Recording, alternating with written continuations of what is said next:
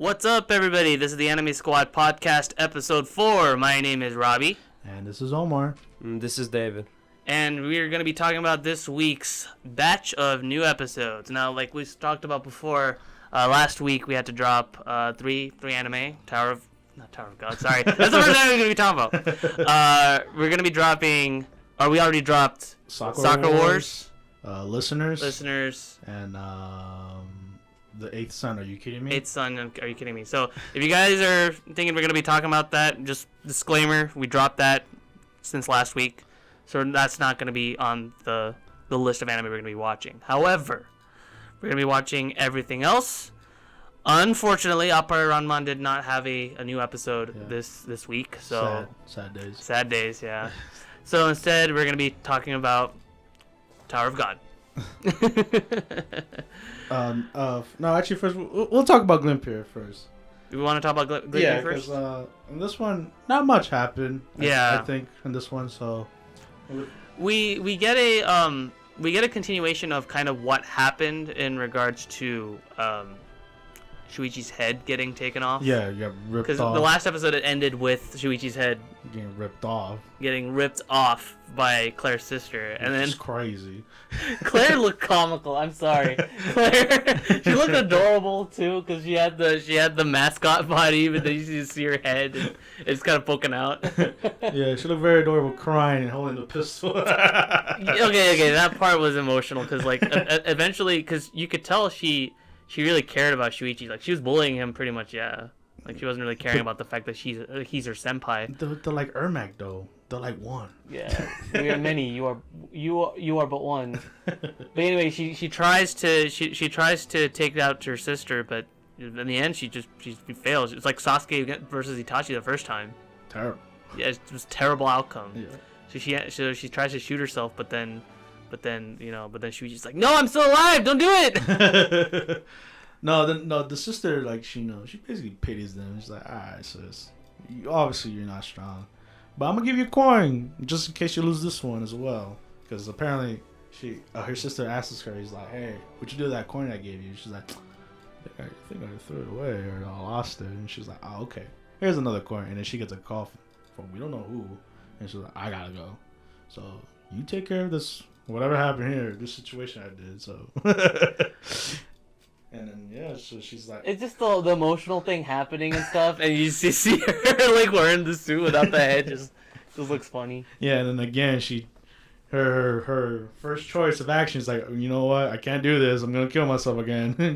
And then he's like, no, don't do that, I'm still alive. This would, like, if for any of you guys keeping count, this is like the third attempt that she's tried to commit suicide. First was the house, second was her trying to fall, and then the third one was her trying to shoot herself. Yeah, so it's a running gag at this point. Oh, I know. Suicide's not a joke, but I guess in this case it kind of is. And then we go into we get around seeing the head honcho, I guess. The one that kind of alien. The alien. Yeah, he reveals himself as the alien this episode. He talks about how the aliens kind of came in and he's trying to find his fellow aliens. So he put out a whole bunch of coins. Like so Sonic. to grant. Yeah, and there's this vending machine that the coins are for. So if you put a coin in the vending machine, you get a whole bunch of freaky stuff going on. Yeah, and it's just weird because like they're just coffees, but like they do like, I guess, magical stuff. Yeah, it like a couple of them might transform you into something like powerful, and then one's gonna like reattach your head. The thing is that I don't understand is because like are they, because like there's like options for like the different, like I don't know if there's only like one coffee there. Maybe it's like wishes. Yeah, like a genie. Oh, okay. Because like he took his time to pick it out. He's like, this one. This one will work. Like, yeah, and then he straight up is like, okay, you have the coin. Okay, give the coin. Boom. Put on your head, and it'll reattach itself. Just wait a couple minutes, and then, because he mentions that if you transform back into a human self, you're gonna die. Because guess what? Humans can't live without their head. Shocker. Yeah. And then like Claire, she was like, okay, I don't want to be in your body when you're doing this. But then we found out that Mr. Alien Man, he feels stuff.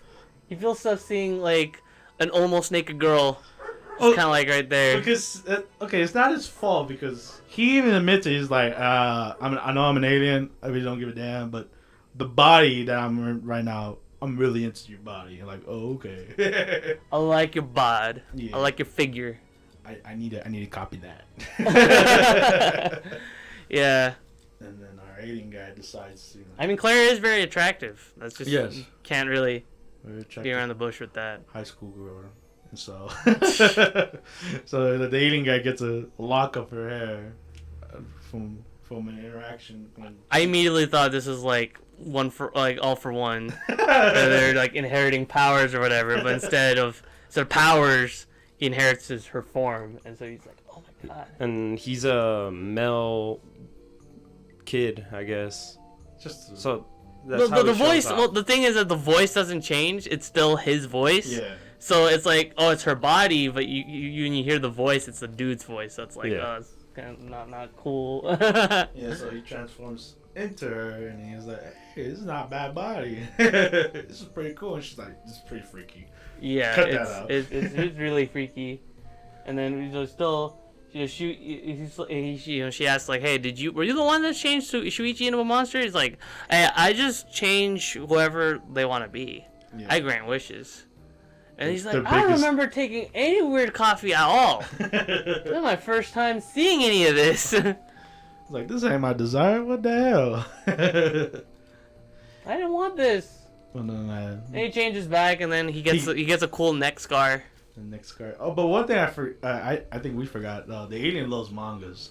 Oh yeah, the alien's trying to learn the human race by like reading manga and stuff. Yeah, so he's just in love with them. I noticed that a lot of science fiction, like aliens or like other world beings, like they're like, oh, I want to learn your culture by like Yeah, TV or other stuff. Yeah, comic books and stuff. yeah, And then for this case, mangas. So that's cool. that is pretty cool. Yeah. You don't ever get to like see that a lot. And then later on They assess the situation and they realize, like, you know what, Claire, your sister, she's scary. she on a different tier. Yeah. It basically reinvigorates the team. And it's like, hey, we gotta stick together more. We got our butt kicked. Let's not let that happen again. Yeah. And Shuichi realizes, like, yeah, man, Claire and I are on a completely different level from each other. We're not. We're yin and yang. Yeah, literally yin and yang. And then we have a double man moment where like they go back to school, and then Shuichi's like don't wear glasses. He's super strong. Yeah, he's not cool. Like in that scene of He Spider-Man. has a neck scar. I know. He's just all around just a cool guy now, Yeah. and so like the girls are noticing him too. They're like, man, he kind of cool now. They just don't know his secret. And then a childhood friend Mifune shows up, and she's like, "Hey, I like you with your glasses." She's basically like, she's pretty much like, again, like this is very similar to the whole Devilman thing, where like childhood friend. She does, she likes the main character for who he was before, not for who he is. And like Shuichi's like, I'm the same guy. I don't know what you're talking about. Like he's just naturally progressing himself into becoming more of this kind of like aggressive kind of character. Yeah, so that's pretty cool. And Claire's just hearing all that in the background. Yeah. So. And then he mentions a really important question. It's like, hey, if anybody could destroy the planet or whatever, what would you do? So she was like, I try to beat up the bad guys. I protect my mom, my dad, my friends. I just say, you know what? Just don't blow up the planet. And so he's like, you know what? He's like, yeah, I think I'm still kind of normal. I'm normal. That is very normal. Yeah, because that Because exactly. we can't blame him. Everything that's been going around is very not normal. Oh, Claire's sister, Claire, his transformation itself, the alien. And then he realizes, hey, maybe I'm not the main character. which You gotta love that. You gotta love that when the main character of the anime says, I'm not the main I character. don't think I'm the main character of my own Yeah. story. But despite like kind of what we're talking about and everything like that, and again, it is a very, very normal episode. Yeah, Not a lot really happens. like more and more context to the lore, Yeah. and then they go set on to the mountains and see. Oh, to find the spaceship that crashed apparently. Yeah, they want to investigate basically. Yeah, see if they get more. That's very weird because, like I said, like going into this anime before, I was thinking it was gonna be like very edgy, but there's actual like plot developments and going on and stuff like that, like mysteries and stuff that they want to solve. Yeah, like It's really cool. Like it's very like the only thing, I think the only thing edgy that happens when that girl gets shot in the back. yeah. That's about it. The second episode. Yeah. Other than that, that's pretty much it. All right, and now moving on to what originally wanted to talk about first was Tower of God. Oh yeah. A lot more goes on in this episode. We get a follow up to Anak being the wearing the crown Yes. and everything like that, and more teams kind of come in and they're like, okay, let's do this. Let's continue this King of the Hill moments right here. And it's super cool like how they fight, freaking Oh, and then was it this episode or was it the last episode where they showed off that one of the hooded people that like killed all the people were actually like they Rachel? teased that in the last episode. It was the last episode that they teased. Yeah, so we teased- forgot about but they address that. they do show them here. They show that they're in one of the pods, I guess, that they're waiting on. Like they're just there waiting for the moment to show up. And I guess he thought he saw her. Yeah, Oh, yes. because there was a gust of wind when Anak was doing an attack. There was a gust of wind that came up, and Rachel's hood Rachel's came off. the one that Bam's looking for. Yeah, basically the whole reason why Bam is going on this journey in the first place was to find Rachel. To find Rachel. Yeah. And then, the fighting still continues, and I think was it Annika's team that mentioned about the rules? It was like, hey, you didn't mention about the rules at all. Oh yeah. And then they totally did. The third episode, like the last episode we saw, they totally did mention the rules, but I guess no one really paid attention or something like that. and I guess in the rating room they're like, the rules are right there. Y'all could have just read that. Okay? Yeah. Y'all needed context. And then freaking, what were they fighting? They're fighting like a good couple teams. Yeah, they were fighting that dagger girl, right? Mm-hmm. Yeah.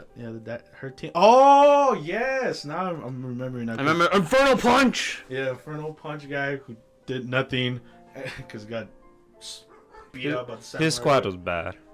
Yeah. Yeah, the squad that our swordsman fellow was fighting was just not up to par at all. And then Shibisu, he was fighting the sleeping bags. We finally get to see what he does too, which I was excited to see. I was like, oh yes, finally. Flood of water and everything like that. It was crazy, and then Anak was just absolutely just livid. And then at the end, I guess they end up backing away.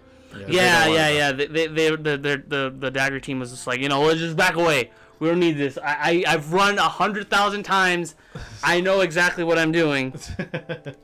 Like, and that's a smart move on their end, because the freaking sleeping bag boy was like, we could have got that, and they were like, nah, trust us. We're not gonna risk our lives for a bonus game, for this little bonus game. Like, we could still go through the trial. Like, it's not worth it. And then like, what else happens? And then the Bam sword. My goodness. We find out more about like Bam's sword because like again the princess from the first episode gave him the sword and he didn't really know much about it. But then we find out that like apparently the sword that he has is called Black March. Yeah. And her sword, her whip, is called Green April. Yeah. And it's based off of kind of like the 13-month kind of thing. Yeah, so she gets really So she senses it. Yeah. Senses the sword. She senses the sword because the sword, Bam's sword was like vibrating like crazy. Like, like it sensed like the other, I guess. Because when she was using her sword, it was getting like a whole bunch of different like appendages and stuff like that. Yeah. Like it wasn't just like stopping, and then she sensed it. Anak just immediately left, and it technically would have meant that she was gonna be disqualified, but then she didn't care. She was like, "Oh no, what is this sword doing here?" Yeah. So she straight up rips up Bam's little security cage. Yeah. And she's like, "We about to fight right here, right now." And Bam seems like, "What are you doing?" We're like, "You can't just do that." And then like, the Annika's team is like, what are you doing? You're not supposed to be off the throne. Now we're DQ because of you. And she's like, I don't care. It's a bonus game anyway. Yeah. I just want your sword. If you don't challenge me to a sword, I'll kill you. And the thing is that she said like, "Oh, you don't deserve this sword. Give it to me." Yeah, which is bull because, you know, Yuri, she gave that sword to him because he had a cute face, you know. Yeah. And so, you know, they make a bet in the episodes. Like, all right, if you could win this King of the Hill mini game. They basically restart the mini game, and the stakes are way higher now. Yeah, because like now you have to win this thing. Because now if you don't win, I get your sword. And I don't know if she's still threatening to kill him or something. No, but then we do find out that Rachel's, I guess, teammate was like, hey, so is there anybody that you care about? It's okay if all of them dies, right? And he's like, oh, yeah, of course. Yeah, totally. Rachel. And what sucks is that Rachel looks at Bam specifically right after Kun kind of has his whole, the crown thing, the crown Houdini. I love his moment right there. Yeah. Because she's so cocky. He's like, you know what? We put the crown right there. Because it's like literally seconds within, like, when the teams go in, they're all dashing to the crown. There's like 4 teams. Yeah, and then dashing to the crown, and then he's already there. Whirlwind passes through, and he's like, I already got this. But you know what? It's not entertaining enough. Yeah. Y'all fight to the death for this thing. Let's go.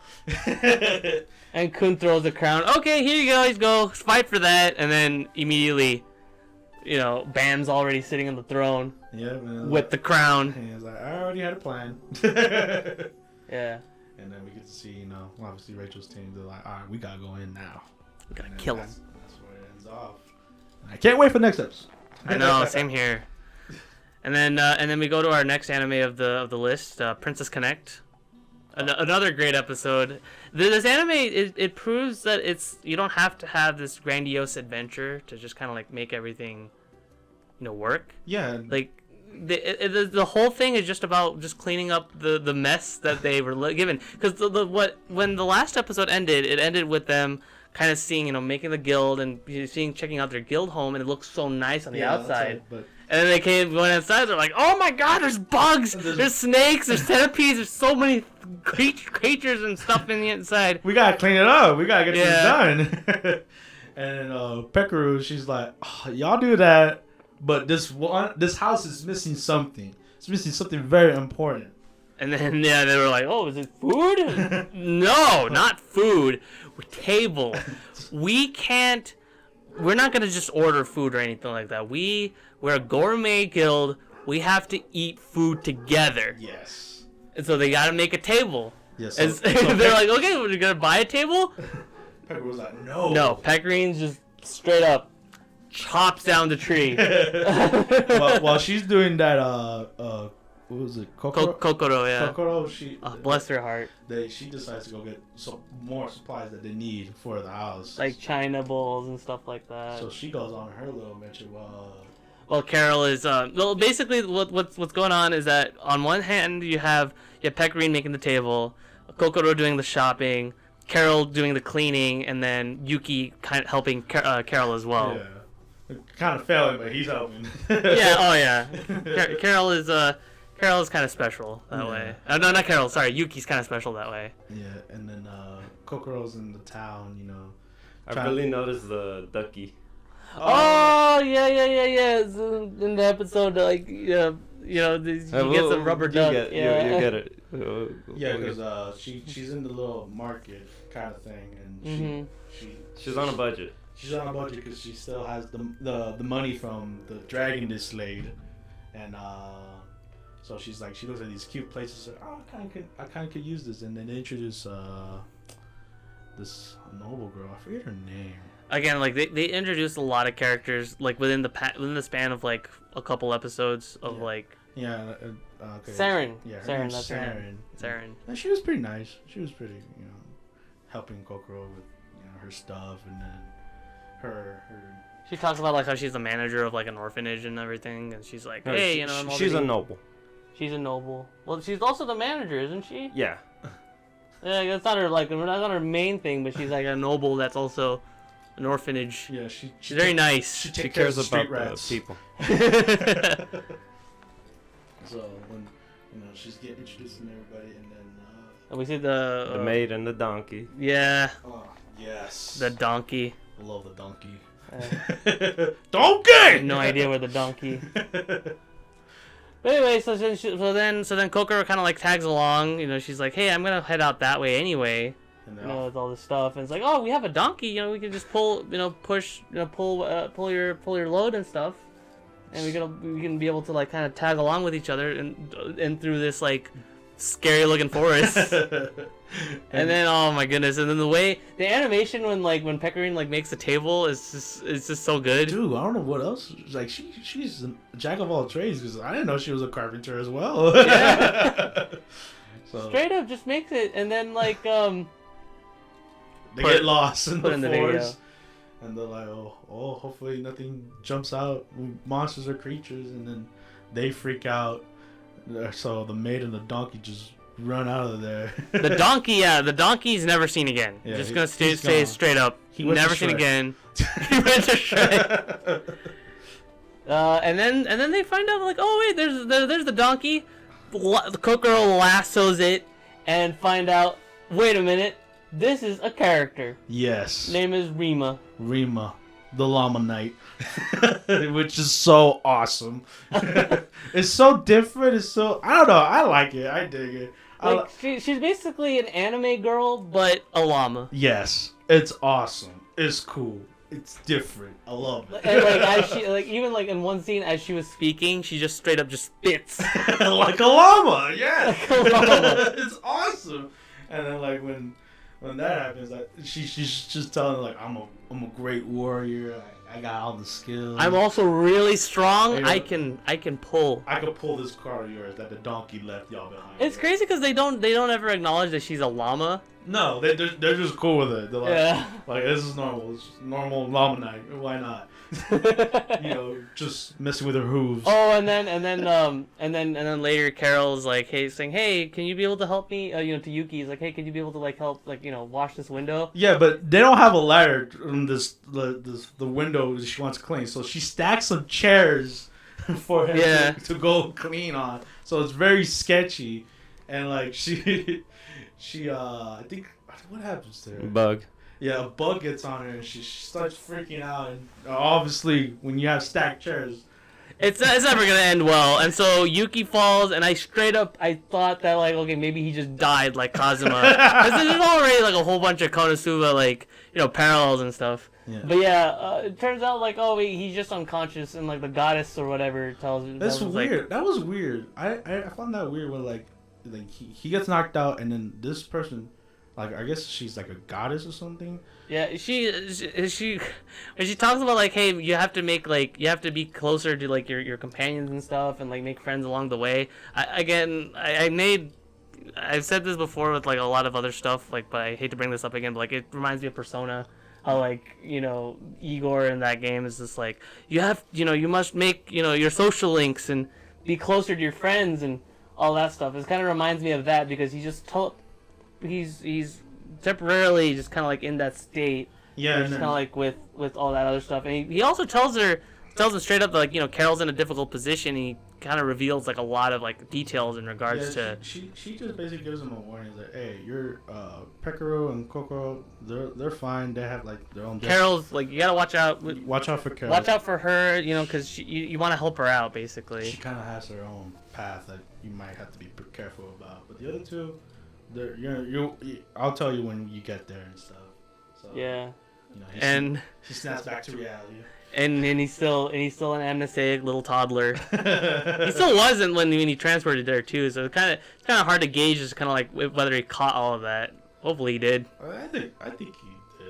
Because every time he goes into like the other space, he's kind of like a bit serious. Yeah, but then like the scene immediately after, like they find out like, oh, the table's made, and immediately. Hey, he has to check it out, man. He needs to rest his head on the table. He needs to know if it's sleepable or not. It's a nice table, but then immediately, like after she was done with the table, they try to like fit it into the house, and it turns out it's just way too huge to fit through the door. They don't have a garage or anything like that. So they have to figure out how to put it. But they had to downsize the table, and then as that was going on, you know, Kokoro and Rima and the maid, they walk through, and bunch of bandits show up. Yes. I thought like, okay, maybe they're the type of bandits that are like, you know, you read about a lot, do a lot of bad things, but no, they were mostly fixated on Rima because she's a llama. Oh, well, like, come on!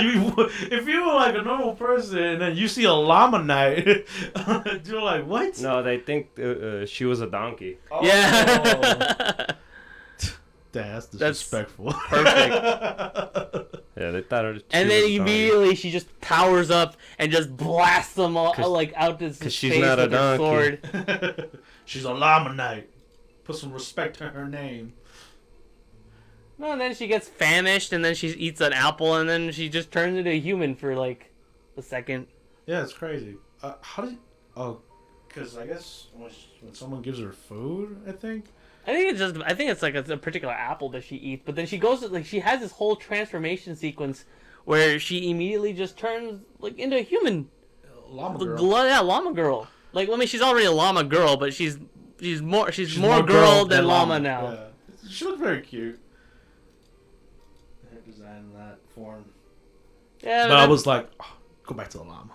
Hey, and your wish does eventually get fulfilled. Yes, it does. But then when Kokoro comes back, and then she brings in like a whole bunch of like different like trinkets and stuff that she found, and then the rubber duck that David brought up before. Yeah. And it was like, bark. And they go inside and they see the table, and that was cut in half. They cut the table in half because they couldn't fit in the hole. Hey, that's smarter than though. That is, yeah. That's very smart thinking on those girls. And they see Rima again in llama form, like Omar wanted. Yes. The donkey never came back. No. Because it was in Shrek, dude. She ran away into Shrek. Lord Farquhar has him. Yep. And then they're just... That's pretty much the end of that episode, yeah. They cooked a meal and yeah. Ending in that episode. Exactly, yeah. I love this anime. This anime makes you feel good, and that's what I like about it. Like I wasn't really expecting much originally. Yeah, man. It's but crazy. Yeah. I love it, dude. Blows my mind. Love that anime. Alright, and now we move on to our big three anime. First off, BNA. Yes. Michiru gets a SIM card. And she finds out... Well, actually, no, she doesn't get a SIM card. She gets a phone. She wants to return the phone to the mayor because she's like, hey, this phone, I don't like this sucks. phone. I can only see stuff that's approved for animals. I want to know what's going on in the human world. I want to look at my Facebook account. And then she realized that Michiru was in China. That no, we don't have that opportunity. So here you go. Good luck. You only get to know what's going on in Anima City, not the human world. Yeah. And then we got a little backstory as to kind of like, hey, you know, how Homo sapiens and like beast men are involved. And the one thing that caught my eye was they showed like a whole bunch of like existing images of animals, of beast men, and it showed Ganesh, and I'm like, no. Yeah, that's not how that works. That's how it works, Robbie. No, the dude was a man, or a little boy. He got his head chopped off by accident by his father, and his father went out to grab an elephant head and put him on him. That doesn't make you a beast man, Omar. Come on, man. In this world, that he's a beast man. This is cool. They just have I Ganesh. Guess so. They had Anubis so. Too. Yeah, Anubis. Yeah. Ra, so you know. I guess so. Wasn't the only one. But then they also find out that like Michiru is kind of different because of the fact that like she has cells that can be able to multiply and change form. So she's unique. She's very, very unique. They still try to figure out why she can't turn back into a human or anything like that because beastmen can turn into human. They all of them can turn back into human. But she can't. But then as she was as she was like, you know, looking through her phone, then our little mink friend shows up. Did we see her last episode? So no, we didn't. So it's nice seeing her again. And then she's like, hey, I can hook you up with a SIM card at 50% off. But she was like, I don't have money. Oh, wait, I can put it in Shiro's tab. So you just do you know what? Yeah. It's going to bite her in the butt. Later. Yeah, and then we see and then later we see the weasel. No, not the weasel. Sorry, the hyena. I saw the weasel with the mink. The hyena mafia, and then the mafia in general is like, I don't like the results, so you did. You know what? I'm gonna make you sleep with the fishes. Mr. Flip. And then he immediately throws like a bunch of rocks as I'm on a yacht, and then he gets pulled in, and then immediately just gets eaten by a whole bunch of fish. Wolfbat shows up. He shows up to the scene. He's like, "Hey, I got questions. I got questions for him." And then Mr. Flip is like, "What questions?" Grabs him and just gets eaten by the fishes. And then Michiru, and then the other scene, Michiru like looks through her phone, and she's like, "Oh, like it's my birthday, but man, I kind of wish." And then she sees a live stream, and it turns out that the live stream itself was for this girl that's like doing makeup and stuff like that, and she's like, "Wait a minute, I know that statue." Yeah, it's right there. And then she immediately just walks in, boom, gets knocked out, gets kidnapped again. It's like a common theme. It's like I feel bad for her. She's so easy getting kidnapped. I don't know why. That's terrible. Yeah. And it turns out like this pelican dude is just like, you got something with the boss? They're like, oh, I know the boss. With the with the family? His daughter? Hello? I like his hair though. When he turns to a pelican, his hair still stays there. Yeah. It kind of reminds me of Launchpad from DuckTales. Yeah. Yeah. And then we find out that like the daughter, the mafia daughter, she can turn into a dolphin. No, I don't think it's a dolphin. No, she says she's a dolphin, but the thing is, she looks more like that one Pokemon. Yeah, the siren Pokemon, right? I don't know. Yeah. I don't know the name of it, but that's what I thought she was being. I'll put it on the screen later. They said dolphin. Yeah, but she's a dolphin. And yeah, like when she's and then she's like, I want to know more about the human world, and she's basically like Ariel. Like, you know, in regards to like her knowledge of the human world, like she has a whole bunch of like trinkets and stuff, like a flip phone, a Tamagotchi. I like how Tamagotchi got a cameo here. I know, right? And then an AirPod too. And as she was looking at the AirPod, then Michiru was like remembering the AirPods and stuff like that. And then the memory came back of like her friend and stuff, and like how like, you know, she was how she was used to hang out, yeah. Listen to the ending theme in particular. Yes. They're listening to that. It has to be the ending theme. And then as those memories were flooding back, she was looking at herself in the mirror, and then boom, like magic, she's human again. That caught me off surprise because I was like, whoa. I thought that was gonna be the whole point of the anime. Like in the end, she's gonna turn out like, oh, she's human. Yeah. But yeah, no, she turned human like in the 4th episode, and then the mafia daughter, she's still like, hey, I want to go check out the human world. Yeah. There's a party over there. The party over there that I found out in the live stream. Because again, she has access to face look and everything. Yes, face look. Face look. Nice. And then Mr. Flip shows up. Mr. Flip, the mafia man himself, like, hey, babe. It's like, hey, honey, I got a bunch of presents. And then it's like the bodyguard's like, Mr. Launchpad's like, no, I'm sorry. She not here. And he's like, what? Oh my gosh. Because that guy's scary. Yeah. If you find out that his animal's a beluga whale, that's super scary, bro. Belugas, yeah. They're just walking around. It is great though. Like, and, you know, the last thing is like, why did they immediately go to the human world? Because like she just barely turned into a human. Yeah. We don't know how long if she could be able to last that human transformation or whatever.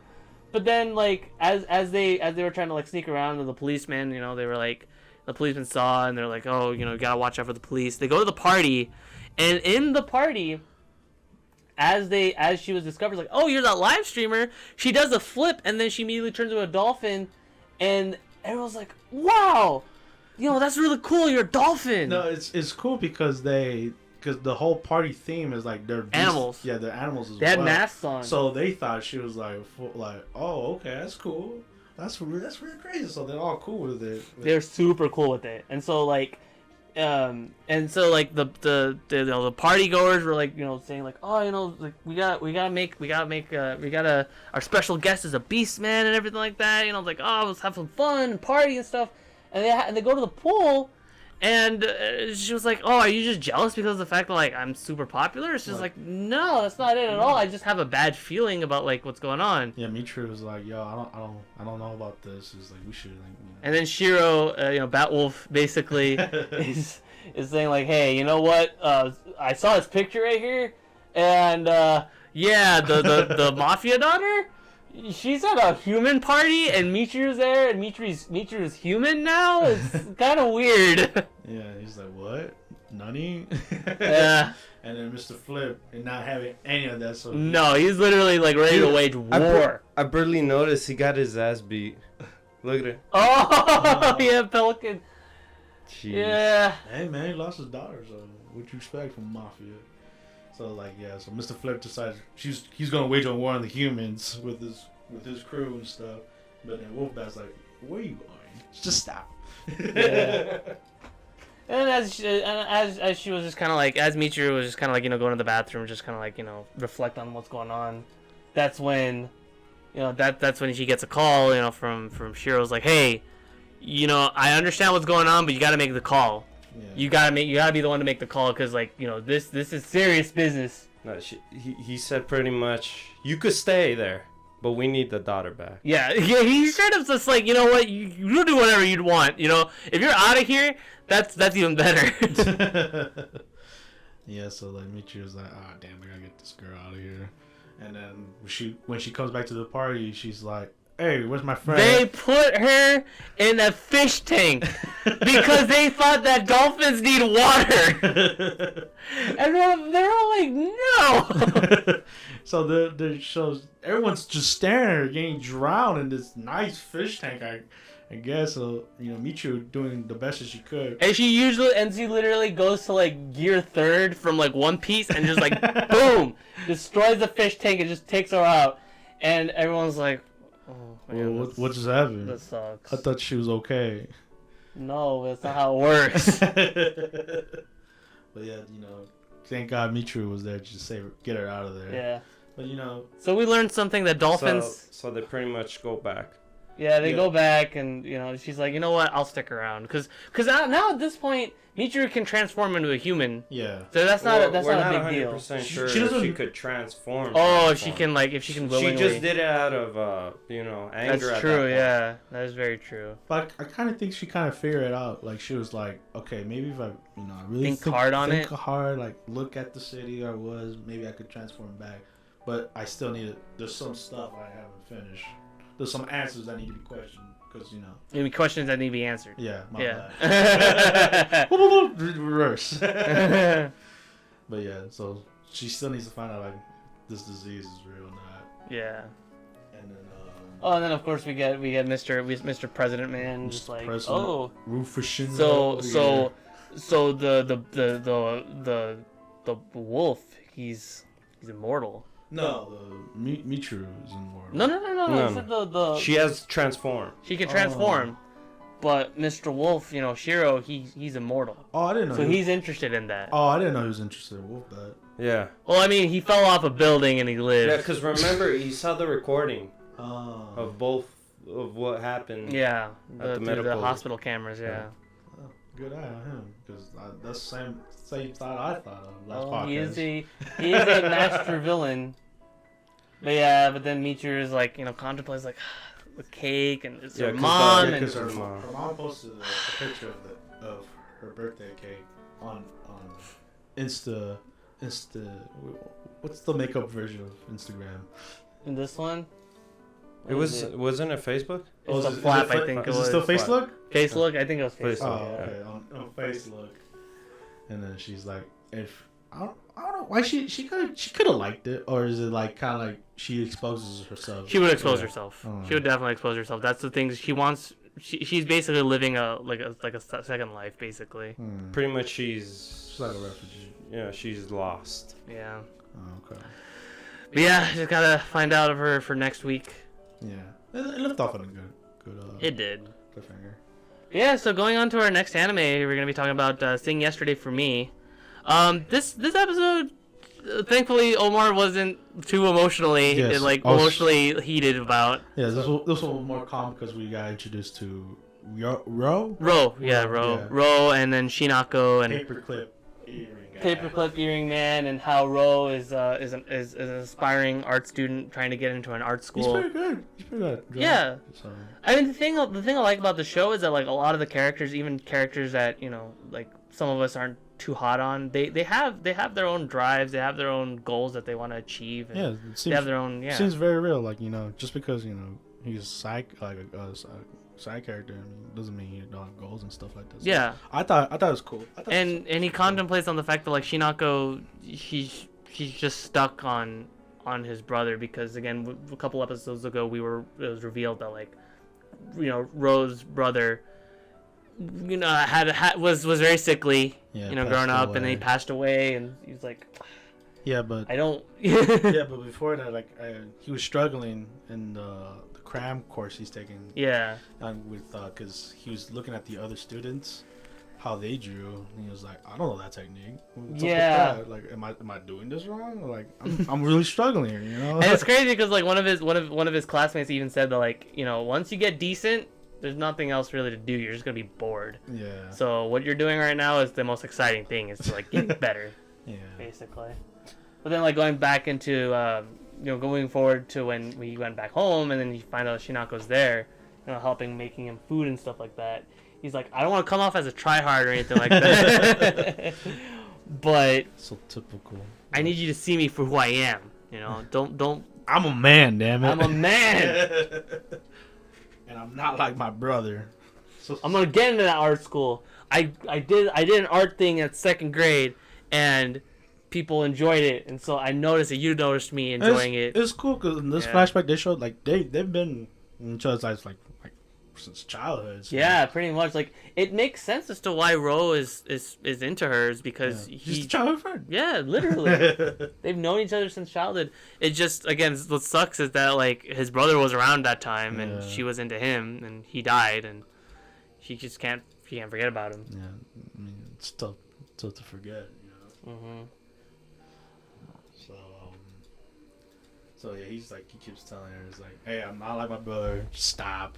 Like I'm me. I'm my own person. I'm a person. Damn it. Yeah, especially after like when she says like, oh, it makes sense. You're brothers after all. Yeah. He didn't like that at all. Yeah. He says like, I can't replace him. I know that, but you're gonna have to move on. And she's like, I don't know what you're talking about. Yeah. Like it's crazy. It feels real. Like there's not one person that's like wrong in this situation. Like they have their own points that they're pointing out. Yeah, because for Rose's sake, he's like, hey, like I have my own thing. Like I draw. I'm like I like you. Like why don't you see me for me? Like you gotta stop looking at me like I'm my brother. Yeah. Like I know you guys were close, but I'm me.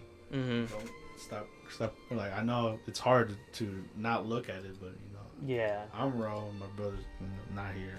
It's sad. It's sad to think, but when he says all that, she comes back at him hard. It's like I just see you as a kid brother. And I'm like, ouch. Yeah, it's like don't you confuse sympathy for love? It's like no, man. It was tough. It was a hard one. And then again, we did see a little bit of Haru. Yeah. Haru was around for a little bit. Oh, and then Haru drops off some orders and stuff, and the art teacher that was teaching Ro is like saying like, hey, like I know that lady right there, and then like one of his coworkers like, oh yeah, you were following her, you were into her for like all of high school, and then like on the last day in graduation you try to confess your love for her, and then she immediately shot you down, and that was messed up, man. Like, he had to bring that up. He was destroyed. Then, yeah, the art teacher had that look of like, oh, I don't know what to do anymore. But he was a destroyed man. Super destroyed, and then they continue on the day because he has to. Learning more about the art stuff that David was super related to. Yeah, David could relate to the drawing area. Yeah. And then I mean Riku kind of had his moments too when he showed up. He was kind of there. They were straight up roasting each other. They were, yeah. It was like because Ro was like, I'm not gonna be where you're at. He was like, what the hell is that supposed to mean? It was like a deadbeat. He was like, oh hell no. And Haru shows up, and Haru wants Riku to walk her. I felt bad for Haru because she wanted him to walk her back, to his house. But then Ro was right there, and Ro was like, I guess he just kind of tagged along for the ride because I guess like maybe his home's over there. So he's like, all right, I'll take you because Yeah, they were kind of like the same age, I guess, in that regard. But yeah, it kind of sucks.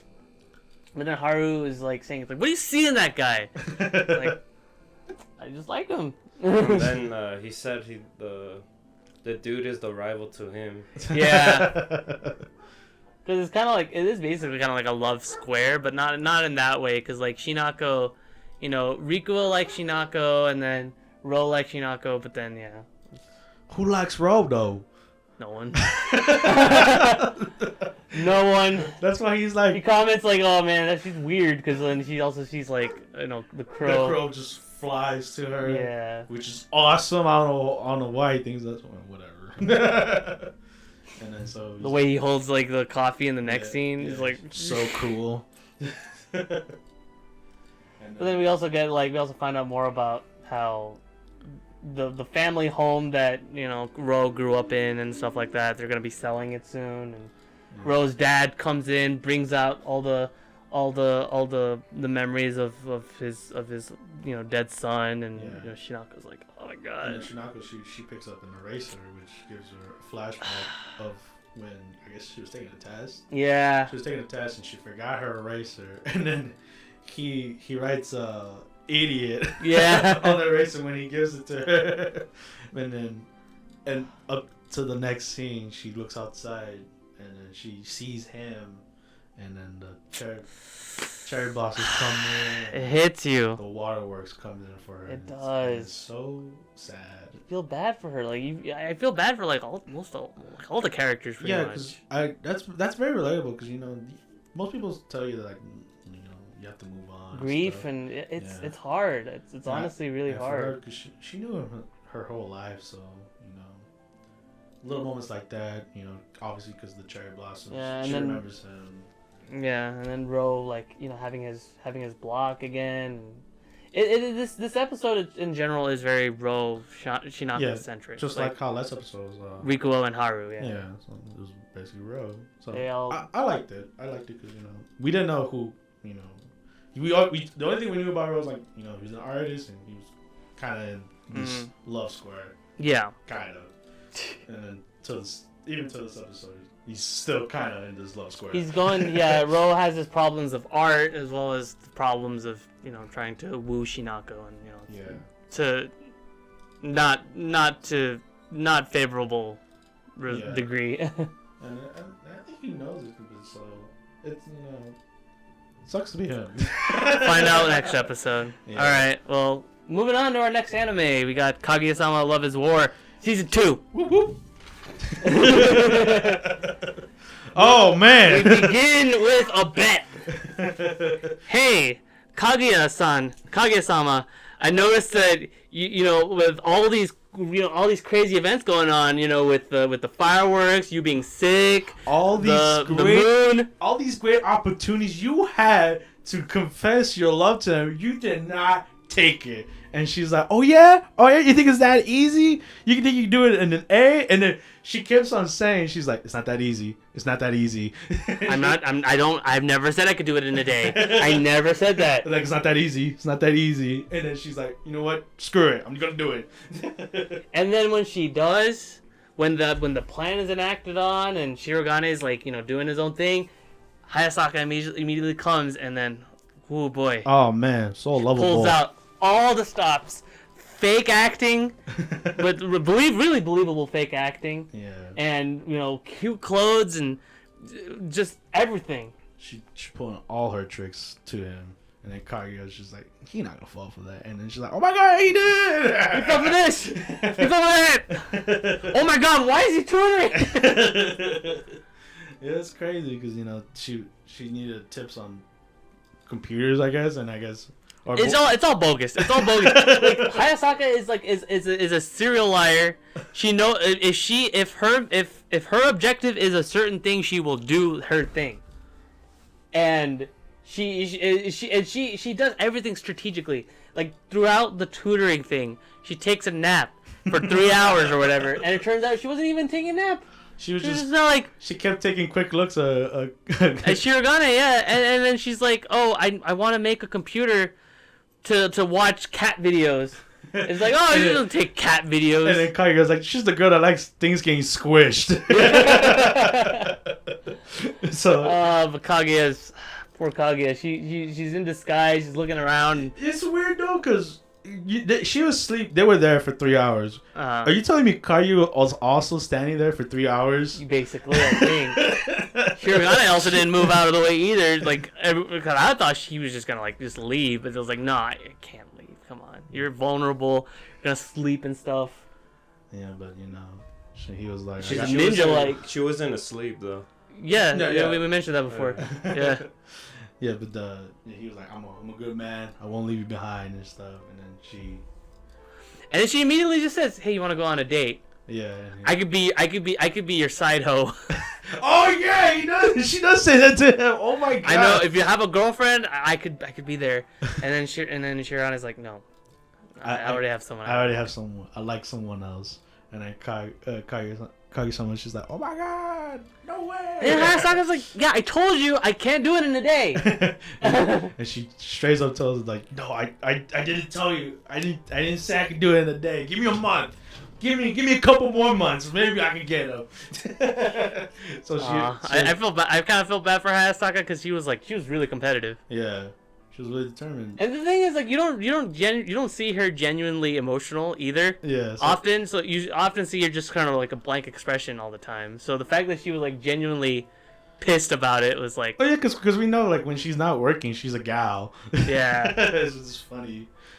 But yeah, so then we cut to the second scene where Shirogane is like recampaigning and stuff, and Chika's like interviewing her, was like, "Why do you want to go for re-election when you specifically said you did not want to be re-elected?" Yeah, so she pops all the questions, and then she tells him like, "You need someone to make your speech. You don't need someone like." And then he pops up like Kaguya-sama. He's like, "Oh no, I meant me." And then Hayasaka is like, "Hey, I could talk to Kaguya-san for you right now." It's like, "Hey, do I know you?" "Oh no, you don't know me at all." I love how she gets in the room and she makes a big entrance. She's like, "Hey." It's like, "Kaguya-sama, someone wants to talk to you." I'm just saying, Hayasaka needs a raise for where she's working and stuff. She needs a raise. Oh hell yeah, she does an amazing job. But then the whole school knows that those two are talking. And of course the misconception comes. Everybody now knows that like, oh, there's something going on with these two people. Yeah. Shirogane, he's the one that's trying to to be reelected. What? There's this girl that's trying to confess her feelings for her. Everyone gets involved. And the news gets involved. Online gets involved. Everything gets involved. Like, it is hot news, just basically hot gossip. Hot gossip spread like wildfire. It's crazy. School tube, yeah. They don't got YouTube. They got their own school tube, baby.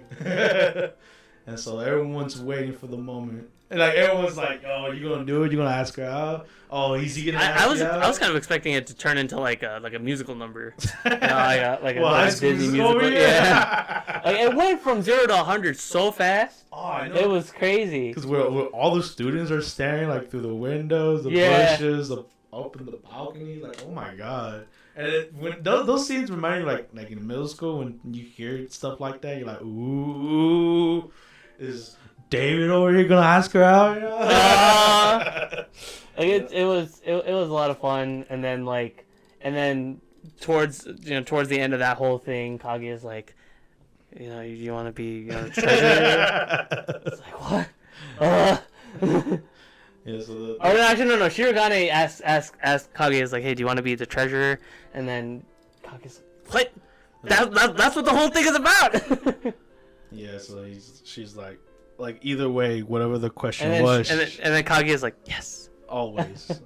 And I was like, "Oh damn!" It's basically its own confession, but Kaguya. Yeah. It's not what I wanted. No, it's not what anyone in the school wanted. No. Because they didn't get to hear anything. But I mean, the good news is Shirogane got reelected. Well, not really reelected, but like he's leading on the votes. He's up in the votes because everyone kind of figured. He's in a high lead right now. Yeah, everyone like kind of figured what's going to happen. But and then they find out that this new girl, like Miko Ino. Yeah, she's second running. She's second running. So first year, yeah. That's pretty hard to do. They're like, hey, let's approach this girl. Let's see what her whole deal is about. What's her tactic about? What's she going on? Because they see her passing out flyers and stuff, and we find out that she's super short. Yeah, super short. Her dad's like a high judge in the Supreme Court or something like that. Yeah. And she's one like public moral committee or something like that. So she's really serious. Yeah, so she's high up there like the rest of the cast, and freaking they're just looking down on her because they're like, you know. Let me take it. so basically, like they're like Ishigami and Shirogane are like acting like they have this moral high ground. They're like, ideals are that you embrace are only ideals. And Chika's like, oh my god, basically acting like villain. So Chika kind of swapped sides for a bit, and then she super extra swapped sides when Miko was like talking about like how she was like the best piano, which is crazy. No one really did mention her about that. Yeah, like she's a pianist and she can speak 5 different languages, you know, because her parents were diplomats and stuff like that. Yeah, that's so and cool. Like her grades were average. Like what? What do you mean average? And then he was like melting because like of all the praise she was getting. It was adorable. Like she could switch sides immediately because she was getting praised by her. and then like. And then of course when they actually saw the flyers, they're like, no, no, we don't want that. Yeah, there's no way that everyone's going to agree to this flyer get a rule. Buzz cut and everything, and then every guy gets a buzz cut, and every girl has to wear braids. Like and what? Chika saw that. She's like, "Oh, this is not gonna fly. I'm not gonna betray my friends. That's stupid." Probably had no idea what was going on either. Yeah, she was out of this one. She was out of the loop with what's going on. But yeah, that was basically that. That was our week of anime. Yes. So I think. What do you think of that week of anime? It's pretty good. A couple of them like went on a slower pace than previously, but I'm still looking forward. Like it's all about the build up. Yeah, I think so. It's all about the build up. Yeah, I think I felt like that with Gleipnir and more like backstory and stuff. Yeah. So. Oh, and then moving on to one of the anime that we're looking forward to for the July trailer is based off the trailer we saw was God of High School. Another Crunchyroll original. And I said this with our very first episode we said before, but our main character right here looks very much like Tai from Digimon with the goggles and the brown hair. Very much so. Once we saw the trailer, he's very Tai, dude. He is. With his glasses and so far what the action looks pretty it does pretty legit. It does really look really good. Like I'm looking forward to seeing that, to kind of like seeing how it's gonna be played, and I just want to know more about it. Like it's like actually seeing visuals and stuff definitely like changed my opinion. Yeah, kind of like it's different because you already know it's a webtoon. Oh yeah, it's not a. It's another webtoon. Another webtoon. Oh, I didn't know that.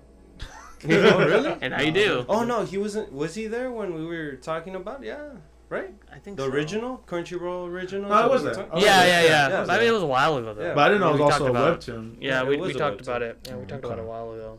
All right, next. It looks super cool. Yeah. I guess then now moving on away from anime and now into the realm of video games. Yes. We're gonna talk about a trailer in particular that just dropped a couple days ago. Yeah. Assassin's Creed Valhalla. New Assassin's Creed title. I'm not super familiar with the Assassin's Creed series as a whole. I played through a couple of them semi recently, but looking at this new one, it's.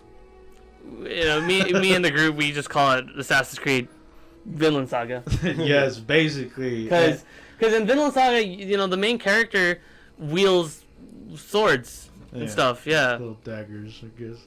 But yeah, it's so cool. Like the way this cinematic. Thorfinn is an assassin. Is basically an assassin. The cinematics is pretty cool. Yeah, it's very cool. Yeah. And But of course, you know how Assassin loves to do Assassin's Creed in general. Like, you know, in general, their trailers are really great. They're very grandiose. They're very like they're very cinematic. always knows how to present stuff. At least their trailers. We need to see kind of like where they're gonna be going with it. There was no gameplay on this trailer, but because I do have a couple friends here and there that want the series to kind of like go back to its old roots of like, you know, hopping around buildings and stuff. Not exactly sure what they're. Yeah, I'm gonna say not really sure as to how that's gonna work, because you don't exactly see Vikings do Odyssey that. I think Odyssey was cool because, you know, it was like, you know, also open world and stuff, and you got blessings from the gods and stuff, and you got to do like wacky, crazy stuff. Yeah, and I think this one's kind of like the same because with like the Viking dude, assassin guy, you know, we'll just call him Thorfinn. Thorfinn sees Odin on a tree when he's in the middle of a battle, and he's like, Odin's with us. And I think that part of the cool part of the trailer when that like, I don't know what was that night, was he like he was English, right? He was English, yeah. Because this one, I think what makes this have more parallels with Vinland Saga is that it takes place in the same time period, and the same kind of like continuity in a way, like the same. They were fighting in England, right? Yeah, England, yeah. Because the same thing in Vinland Saga. Yeah, so it's cool. And like what I was saying, like that scene where like the English soldier, like very big dude, bigger than the Thorfinn over here, just wails, like sends him flying, like he's like Orkel. Yeah. Again, another Vinland Saga reference. And like he's just a big boulder moving, and you just don't know what to do, and then bam, you see that shot of him pulling out the hidden blade, which like is probably the only thing from Assassin's Creed that's left. Yeah, no hoods or anything. I mean, they kind of ditched the hoods a while ago. But also to say, I like the character design is like, you know, fur coat and stuff, you know, Viking wood. It's cool. We'll see how we'll see where that goes. Yeah. Anyway, moving on to our final topic is Evo 2020 getting canceled. So 2 weeks ago we talked about how Anime Expo was canceled, and sure, lo and behold, Evo 2020 is canceled as well. The pandemic, the whole thing, the whole thing going on, you know, with the world right now is it's to be expected. Yeah, it's the cause of what's going on. I think like at this point, any event you have planned for this year, I think it's just not happening. No, if it's like more than like, I guess 20 people or so, like, that's not an essential job or anything, it's going to go. It's going to push either the end of the year or like next year. And what sucks about this the most is the fact that one of the biggest games of this Evo, that would have been the biggest of the whole decade, pretty much the past decade, is the fact that Marvel 2 is going to be coming back. Yeah. Oh man, I was so excited when they announced Marvel 2 come, like, for the what was it, 20th anniversary? Yeah. Yeah, that's crazy. So, they say they're gonna do online tournaments, which we all know how online experiences go. On the summer. Yeah, so we'll see how that turns out for the netcodes and stuff. So I don't know if they're gonna still do Marvel, because the only netcode they have for theirs the PS3 the PS3 and 360 version that you can't buy at all anymore. Yeah, so that's like, we'll see about that. Yeah. But other than that, that's pretty much all we have to say. Yeah. So. All right, and with that, let's wrap up the episode. Again, be sure to like, subscribe, and comment if you guys like the video. And to end things off, my name is Omar. and I'm Robbie. That's getting cut. My name is and my name is Robbie. I'm Naruto. And I'm Omar. I'm the real Omar. I'm standing up.